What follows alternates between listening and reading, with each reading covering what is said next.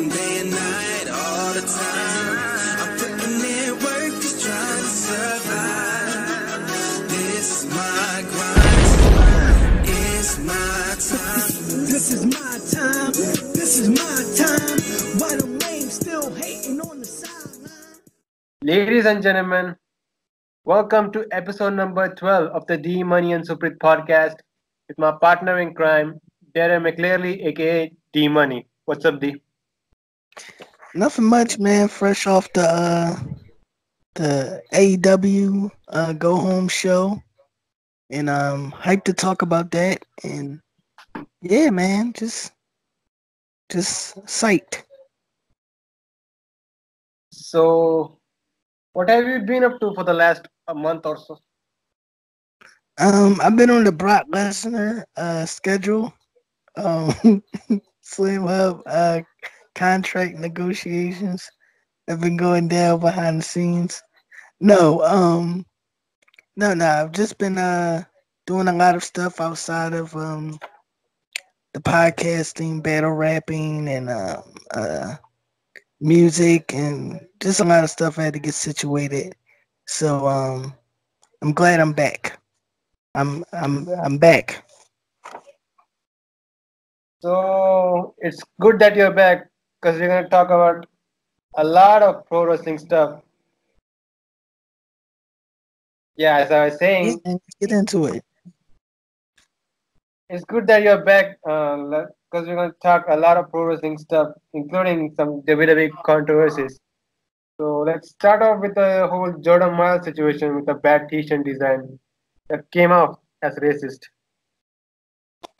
Yeah. Well, number one, it was racist. It wasn't as racist. It was racist. Um, Number two is, I don't want to get too wrapped up in, racism at this point, because I think at this point, um, as human beings, we should know what is hurtful towards one another by now. But I don't agree with him deleting deleting the post and or staying with the company um after such blatant disrespect. But it's at the end of the day, it's his decision. It's his situation. It's his income. So you know, yeah, just more power to him. You know. Yeah, it did came off as he wanted to make a big issue out of this. Like he, for example, wanted to leave the company, so he wanted a big issue to make controversy. Yeah. Um. I mean, I don't blame him for that. I mean, I doubt if he can get out of his contract. But if I was him, I would just hold out. You know. But he should have maintained a little professionalism, don't you think? No, I don't think he should have. That's the thing with society now, that everybody wants to be quiet about things, and sometimes being quiet makes things worse. Sometimes being loud makes things worse as well. Sometimes you gotta pick and choose what you do, but in this case, I think he was in the right, regardless of what people may say. Yeah, but I got a quote something that Booker T said on this same situation that he should have handled this situation man to man, like talking to the company, talking to management, not going out there in social media and you know. What I'm going to say about Booker T is that Booker T is a company guy. Number one. Um, Number two is how does he know that that conversation was not had behind the scenes or not? You know what I'm saying? So you know you can't just say that I'm pretty sure 9 times out of 10 he addressed Vince and Triple H about such manners beforehand, behind the scenes. So But it looking at his Twitter thing, Jordan Myles came off as kind of a whining, complaining guy. Like he's targeting other guys from other companies. Like he's targeting Jay Lethal and Ring of Honor, etc. no, I think he's calling out the whole wrestling industry as a whole. It always been a history of racism in pro wrestling in general, you know. And he's not wrong for speaking out on that. And I'm not one of these um guys that get caught up in pro wrestling. I'm a man first. I stand for something first. My morals come first. So I stand behind what he said 1,000% and how he felt at that moment. You know, no, that's just my take on that. So, what do you think is the future for Jordan Myles in WWE? I think his future is whatever he wants it to be. I think if he has a passion for wrestling, by all means do that.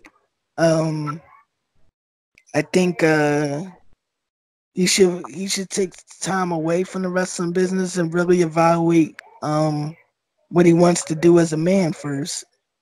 Before he steps into a wrestling ring. I think that's important more than him wrestling. So, another controversy I wanted to talk about is the WWE talents getting stuck in Riyadh. Yeah. Let's get into that. You know the whole situation with which was mostly a rumor that WWE was not paid by the Saudi government for their last two shows, and therefore they pulled out the live feed in Saudi. Because of that, the Saudi government, the prince got mad, and he took the WWE talents hostage. Oh wow.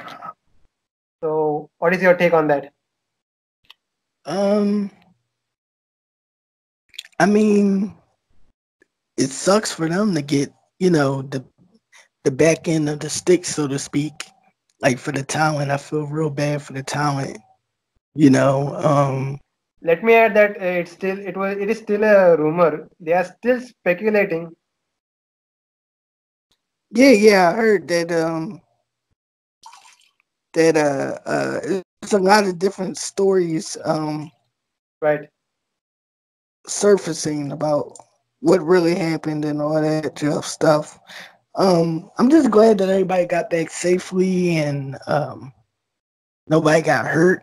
Especially with a lot of stuff going on in Saudi Arabia on the news and stuff like that. It was a big concern for me, but I'm glad everybody got back in one piece. Is the important part. But yeah, real interesting stuff. WWE addressed this situation too. Like they will be continuing on with their relationship with Saudi, and the Saudi government has promised them that they will be continuing this deal and getting that the money that they were promised. Mm. So so they the issue was that they wasn't getting the money they promised. The problem was that, like I said before, that WWE didn't get was not paid for the last two shows. That last year's Crown Jewel and Super Showdown. Mm. That was rumored to be about $500 million something. Oh wow. Eh, So there are stories that Vince got mad at this and ordered to pull the live feed in Saudi Arabia. mm. Well, yeah. He's just lucky nobody got hurt. I highly 'Cause doubt that. I highly doubt Vince doing that.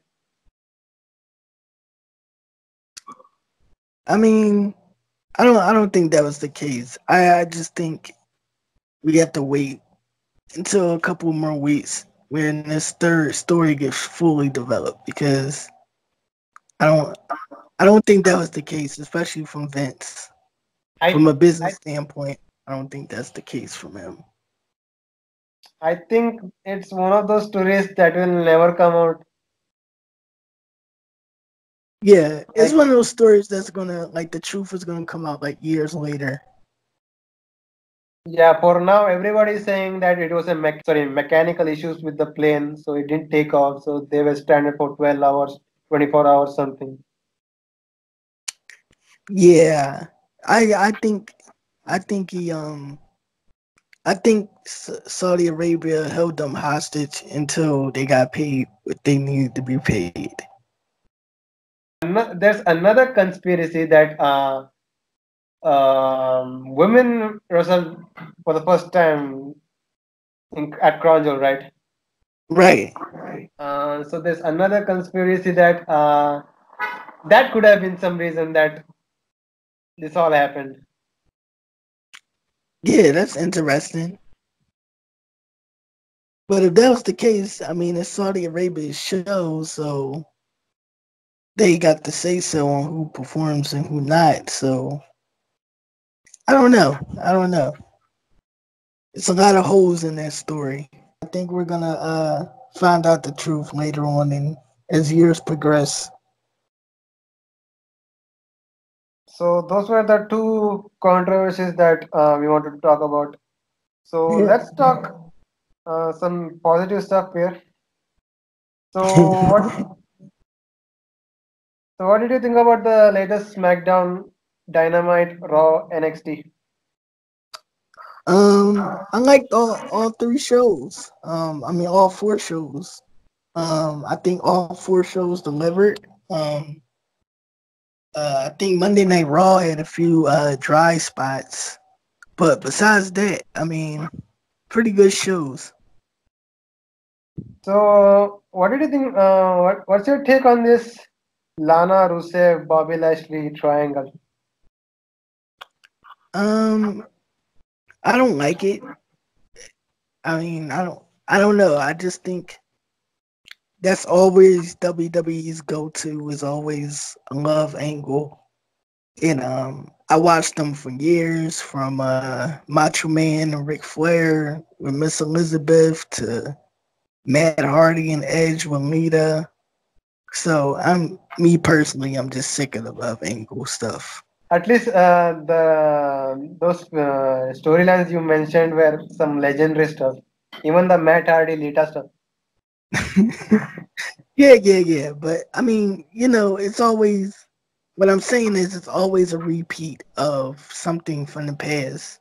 It's always a spinoff. Like, you know, what's your favorite movie of all time? Don't sound biased, but Rocky 3. Rocky. Any Rocky movie, go. Okay, we got something in common because I'm a big Rocky fan as well. Um, You're from so Philly. yeah. I get that. Yeah. So it's like watching Rocky 3, right? And then Yeah. Rocky 3, he fights Ivan Drago, right? Drago, right? Yeah. And Rocky 4, he fights Drago again. And Rocky 5, he fights Drago again. And Rocky 6, he fights Drago again. You see where I'm going? So Yeah, I yeah, get it, that's get it. what it seems like. That's what it seems like when I watch Rusev and Lashley and Lana.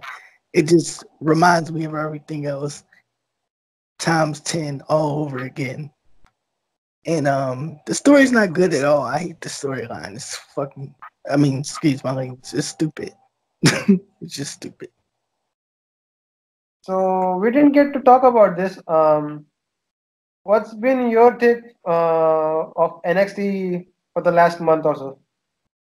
Um I liked it. I think it really picked up steam when Balor turned heel, Yeah. and it's been picking up ever since. I think this week's edition of NXT was very good. Um I think it was some underrated segments on that episode too. I think the Rita Ripley kicking Dakota Kai out the War Games team was interesting, and Yeah. adding up Mia Yim as her teammate. Uh, the ending of Balor coming out and teasing the joining the OC and then teasing joining Undisputed Era looks like. But yeah, man, it was good stuff all around. I wanted the AJ Styles and OC. I wanted the main event to be more of an NXT match, not like a WWE match. And it seemed like we got like a WWE style match, if you know what I'm talking about. It was an NXT match. The match was good, but Yeah, it was. the finish was kind of a cliffhanger. Yeah. It definitely was. What about the other side? What about Dynamite? Dynamite was very good. I'm a fan of clicking back and forth, back and forth, back and forth. I did miss the main event. I did catch the main event highlights on YouTube, but for the Pac and Trent Beretta match was very good. Um, minus the botch. Um, the Brandy promo was real good. I liked it more than a lot of people on the internet um give credit for it, but I thought it was good. And then we get to the Quick Cody fact. promo. Quick fact. Go ahead. That Brandy promo you said was targeted towards her haters. Yeah. That's why I liked it so much. Was because it was shot at the internet trolls out there and the marks and yeah, she did a very good job on that. Um, I like the Cody promo. I think Cody brings realism to wrestling. I think we got to give credit where credit's due. Cody is every bit of what his dad was as a wrestler, and Cody knows how to talk people into the building. And I think Cody is going to be a big part of bringing more casual fans into AEW. I know he don't want to do that, but eventually he's going to have to bring in the casuals. Um, but yeah, he did a good job on this promo. I like the stuff we were saying about Jericho, about him having a silver spoon as well, um, and putting his well, not his career on the line, but um, his last AEW title shot Yeah. this Saturday. I thought that was big, and the Jericho promo was funny. The package, um, I enjoyed that. And yeah, the ending was very, very good.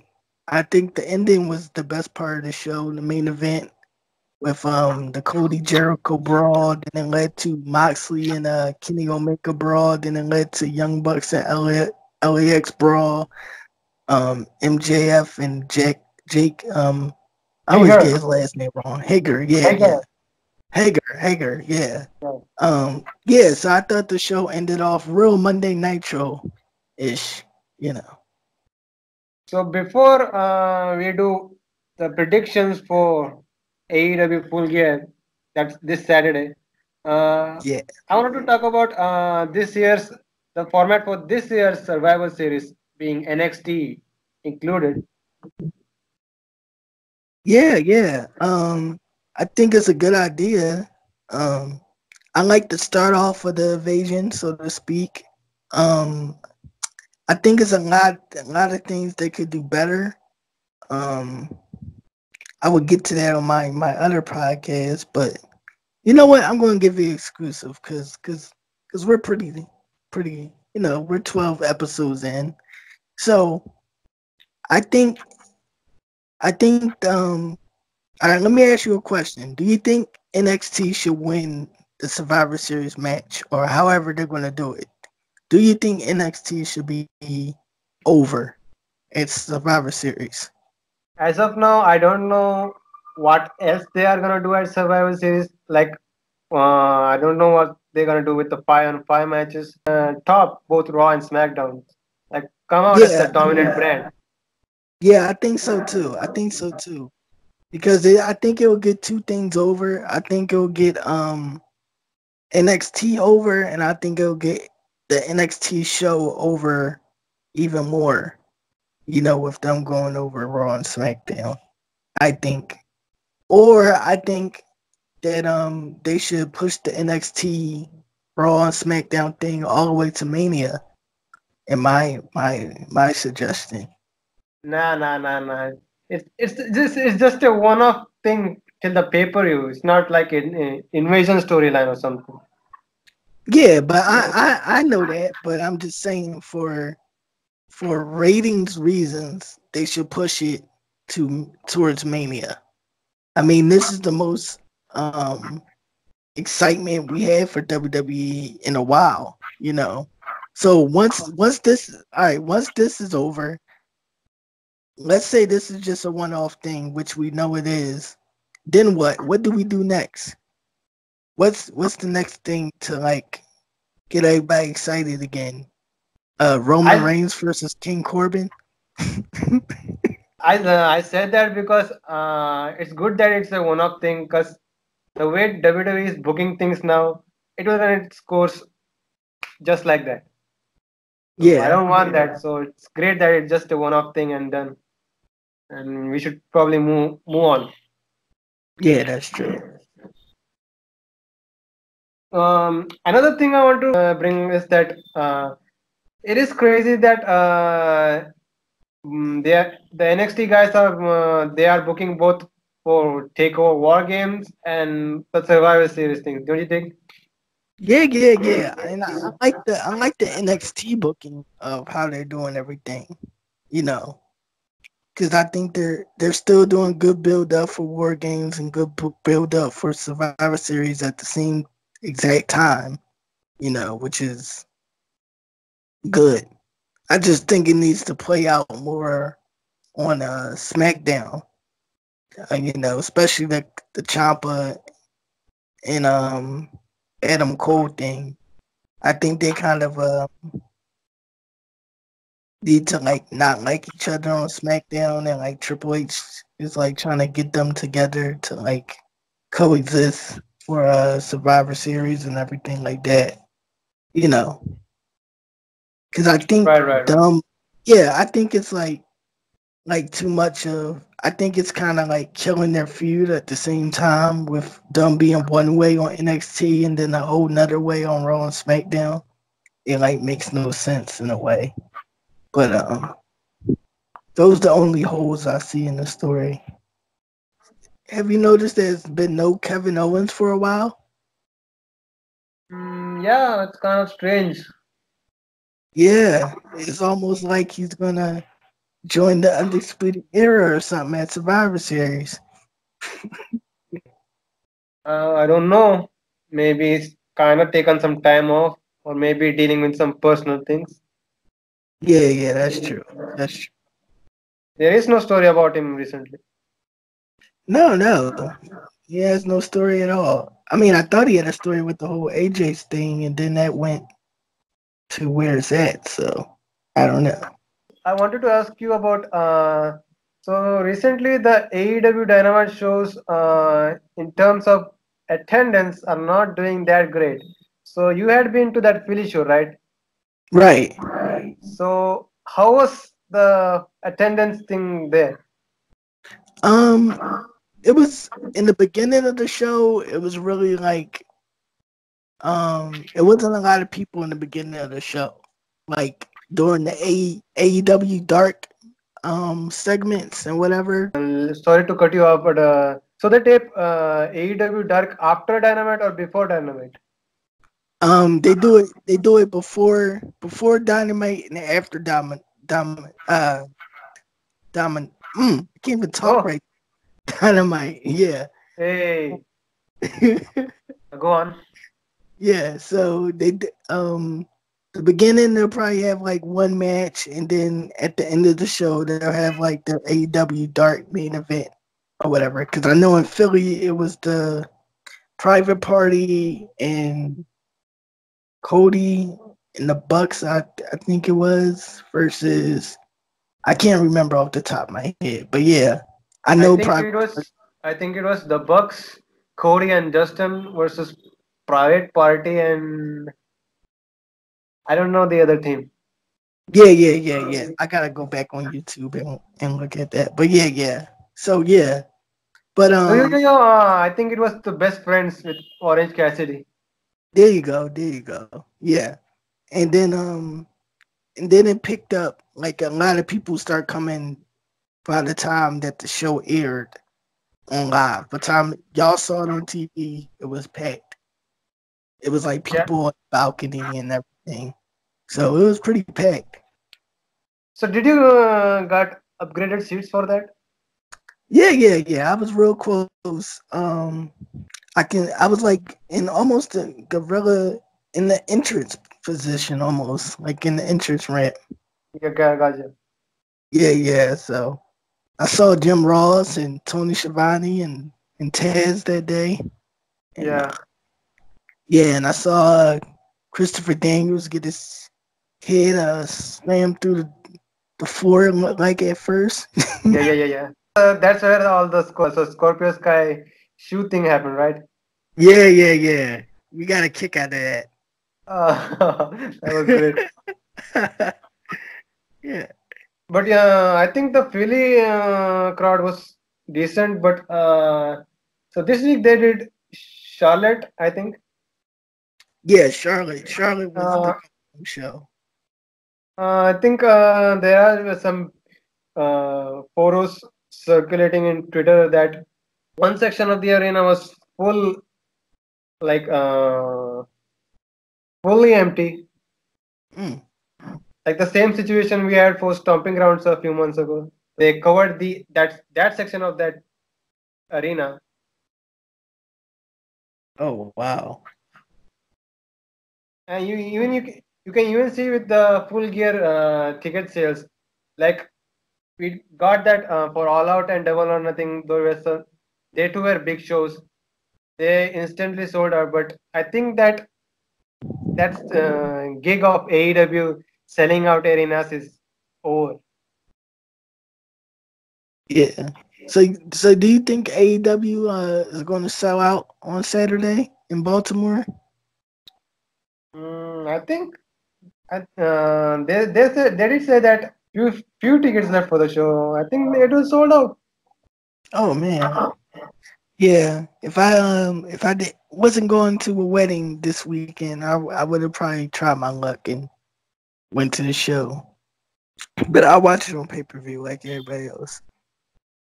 So let's talk about Full Gear this Saturday. Yeah, let's get into it. Joey Janela versus Sean Spears. I think Joey Janela is gonna go over.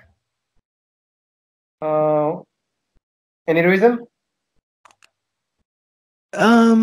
Just because he's over. He was super over in Philly when I was there, and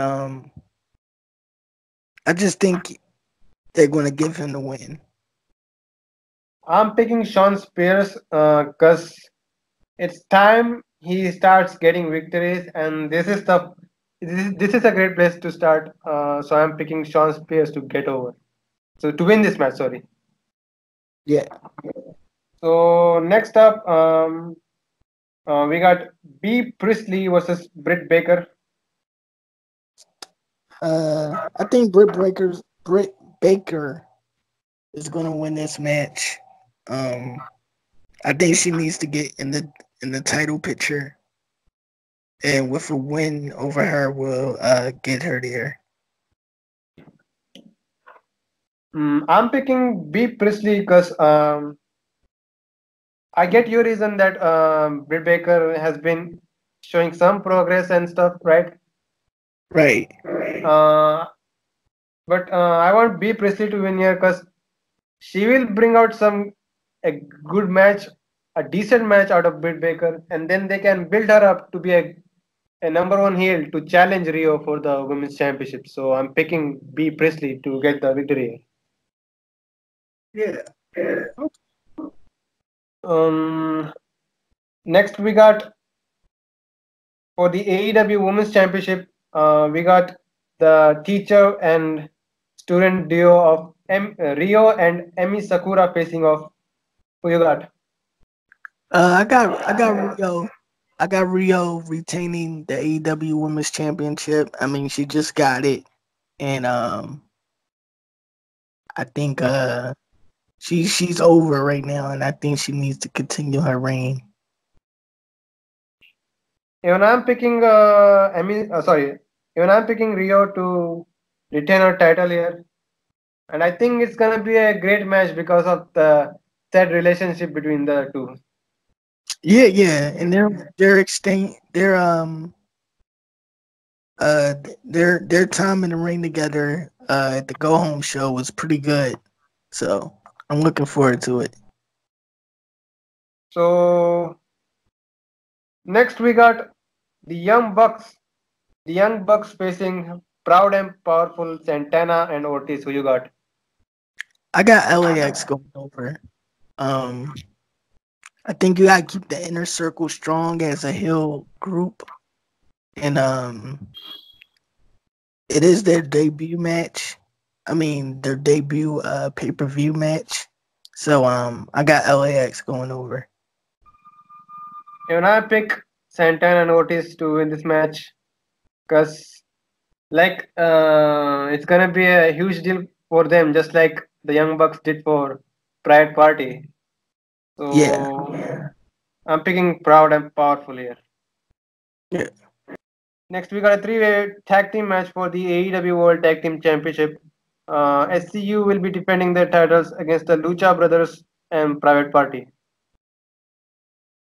I got Private Party winning. And I think, yeah, I think Private Party is super over right now. I think they're low key more over than the Young Bucks, almost there. they're I close. think, yeah, I think you got to give it to the hottest tag team out of the three, and I think that's Private Party. I think you need to put the title on them, and it'll probably be a short run that they have, but just put the title on them. I'm picking SCU to successfully defend their titles. Yeah, There's a reason that this match was made a three-way because they didn't want Lucha Brothers to take another pinfall. So I'm predicting that Pride Party are put in this match to take the pinfall here.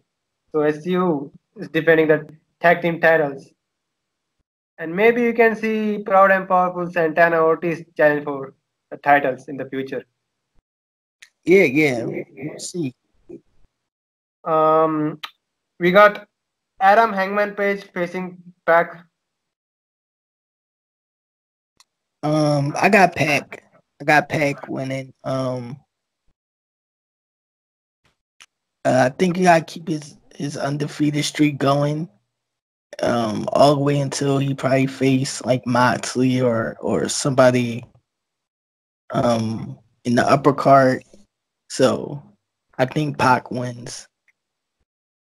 Um, Gotta agree with the same reason. Even I'm picking Pac. Like I think AEW is gonna do something different. Like they are not gonna do like WWE. Like if this was in WWE, Hangman Page would have gotten the victory here, right? Oh yeah. So Yeah. they're gonna. So I hope they do something out of the box here. I pick Pac to get the victory here. Yeah. No, I think it's either Pac gonna win clean or it's gonna be a draw. Pac is winning this clean because there's another thing that Hangman Page is kind of teasing that a heel turn or a new attitude. Yeah, that's true. So I'm picking Pac to win this match. So next we got John Moxley versus Kenny Omega, a non-sanctioned lights out match. I got Moxley winning. I think you need to establish Moxley as a top main eventer, and this is a must win for Moxley. So I got Moxley. Even I'm picking Moxley. Um, it's smart of them that they made this a non-sanctioned match because even if Omega loses here, it doesn't count, right? No, no, it doesn't count. So It's a smart way to make Omega lose to Moxley. So even I'm picking Moxley to win this match. yeah, it won't hurt Omega to lose. So yeah, Moxley. Um, Next we got the main event. I'm going to talk about this main event situation later on after we predict this thing. We got for the AEW World Championship, Chris Jericho defending the title against Cody. If Cody loses, he will never challenge for the AEW World Championship match. And there's another stipulation: if this match goes 60 minutes, they will be having three judges to decide a winner. So who you got? Um, I got, I got, I got a draw, but I have Cody winning in the draw. So you think it's gonna go 60 minutes? Yeah, I think it's gonna go 60 minutes, and Cody's gonna win by decision, and that's how he's gonna win the AEW title. I'm picking by hook or crook. Chris Jericho is winning this. Yeah, And about yes, Jericho is winning this. And about this match going 60 minutes, I don't know. I don't want to see Jericho in a 60-minute match. it might be good. It might be good. I won't mind a 60-minute match bec- because number one, who he is in the ring with. Cody is one of the best storytelling wrestlers right now. You know, Cody can tell a excellent story in the ring, and yeah, I think we're gonna get a 5-star match out of this too. You know why I don't want to see a 60-minute match? Why? Let's go back to I think it was Fight for the Fallen, the main event, the Rhodes Brothers versus the Young Bucks. Didn't it went close to 60 minutes? Yeah, but you know what that was? I mean, that was a tag team match, so nobody wants to see a tag team match go an hour, you know. But a one-on-one match, I think people will enjoy that more than a tag team match, in my opinion. Yeah, Jericho can do stuff for his age, but he's still limited. Yeah, yeah, yeah. I think he'll push. I think Jericho, as a professional, will push himself to the limit to make that match great by any means. So if he gotta go 60 minutes to do it, I think he'll go 60 minutes to do it. So I'm sticking with Jericho. You're sticking with Cody, right? Yes. So those were the prediction for AEW Full Gear. Yeah, man, it's gonna be a heck of a show, man. How are you gonna watch it? Third party website. Me too. Me Yeah, you got the money to order in on fight. too. I'm broke right now. Oh man. Nah, I'm right with you. So I wanted to talk about this. So Moxley versus Omega is a non-sanctioned match. Do you think it will be the main event? Good question. Um, Go on. no, I don't think it should be the main event. I mean, even though I want it to be the main event, but Cody did so good of a job promoting promo. His promo was so out of the park that if I'm a viewer, that's what I want to see main event. Cody and Jericho. Um, Yeah, but I think Moxley and Omega is going to be good. I think they should open the show, really, as a surprise. I don't think so. They will open with Omega versus Moxley because that's gotta be the second last main event. Yeah, I mean they can make Bucks and LAX be the second main event, and it's still going to be the same effect. I think. You know. I brought out this because the last two legit no non-sanctioned match I remember is didn't they do Janela versus Moxley at Fighter Fest? Yeah, yeah, they did. Another one was Champa versus Gargano, and I think it was Takeover New Orleans, and that main evented over the NXT Championship.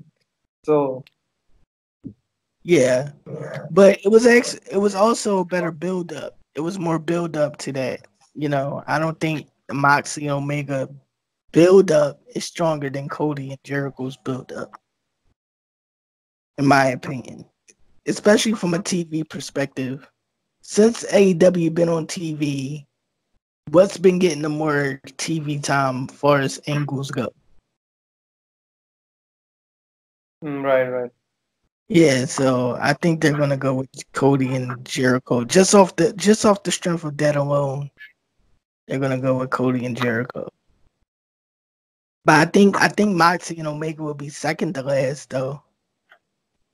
Either second to last or somewhere in the middle. So I can agree on the points you brought out. Yeah. Yeah. So the last thing I wanted to talk about is so we got Wrestle Kingdom 2 nights, January 4th and 5th. Yeah. Yeah. So I almost forgot about New Japan. There's so much wrestling going on, I'm just lost. But yeah, yeah, I am aware of that. so some big things coming out. They did announce some big matches. They announced Chris Jericho will be returning to challenge Hiroshi Tanahashi. Oh wow. I think it's gonna be happening on night two or night one. I don't know. Hmm. We got the IWGP Junior Heavyweight Championship. Will Ospreay, your boy. Yeah, my man, the GOAT. He's gonna be defending his title against the returning Hiromu Takahashi. Oh man, that's gonna be a hell of a match. So those of you who are not familiar with New Japan, so Hiromu Takahashi is basically the New Japan version of Jeff Hardy. So what happened was, I think it was 1.5 year back that there was a show in they did in the Cow Palace. New Japan did a show in Cow Palace. So he had a match with Dragon Lee for the championship. He was the champion at the time. So what Right. happened was he took a bat for like he hit some crazy looking pile driver and he landed on his head Mm. and he was this close of dying. Oh my gosh. So he recently made his comeback and now he's getting this match. Oh man, so that's something to pay for if you're in Japan and you're a Japanese fan of Japan. It's something to pay for. So another big matches. We got the Junior Tag Team Championship match. Roppongi 3K versus El Phantasmo and Taiji Ishimori. The big one is we got this year they're gonna be doing double championship matches for Mm. both night one and night two. Like so, we got the top four guys in New Japan: Kora Ibushi, Okada, Naito, and Jay White. So they all want to be double champion. So New Japan has decided. So for the first night, Jay White will be defending the Intercontinental Championship against Tetsuya Naito, while the G1 Climax winner Kota Ibushi will be challenging Okada for the Heavyweight Championship. And at night two, the winners of those two matches will be facing in a winner take all match. Oh wow. Why WWE do stuff like that? But yeah, that's cool. So what's your take on this the world champion stuff they're doing in New Japan? I like that. I like it a lot. Um, it's definitely gonna make me tune in now. It made me it made me interested in the show, and I haven't watched New Japan in like months. So yeah, I'm definitely gonna check out Wrestle Kingdom this year or next year. I think it's gonna do it for this episode. Yeah, yeah. Um, yeah, man, it felt good to be back and talking pro wrestling all over again. Where can these guys find you? You can find me on Instagram at Mula Be the Gang, Twitter at D.Money, and Facebook at Daryl McCleary. You can find Slamhub Wrestling on Instagram at Slamhub Wrestling, Twitter at SlamHubW. So we here on Slamhub Wrestling cover all pro wrestling related stuff, including reviews for Raw, SmackDown, NXT, Dynamite, and New Japan as well. And also we have the flagship podcast, the D-Money and Suprit podcast, dropping every week. Our podcasts and reviews are mainly audio based, and if you don't want your YouTube app running for that, then you can catch Slam Up Wrestling on Anchor and Spotify as well. And if you are watching on YouTube, then make sure to like this video. The like goals for this video are 10 likes, so make sure you do that. Facts. So this was the episode number 12 of the Demon and Suprit podcast, and we will see you next time. Yeah. Soak it in, man.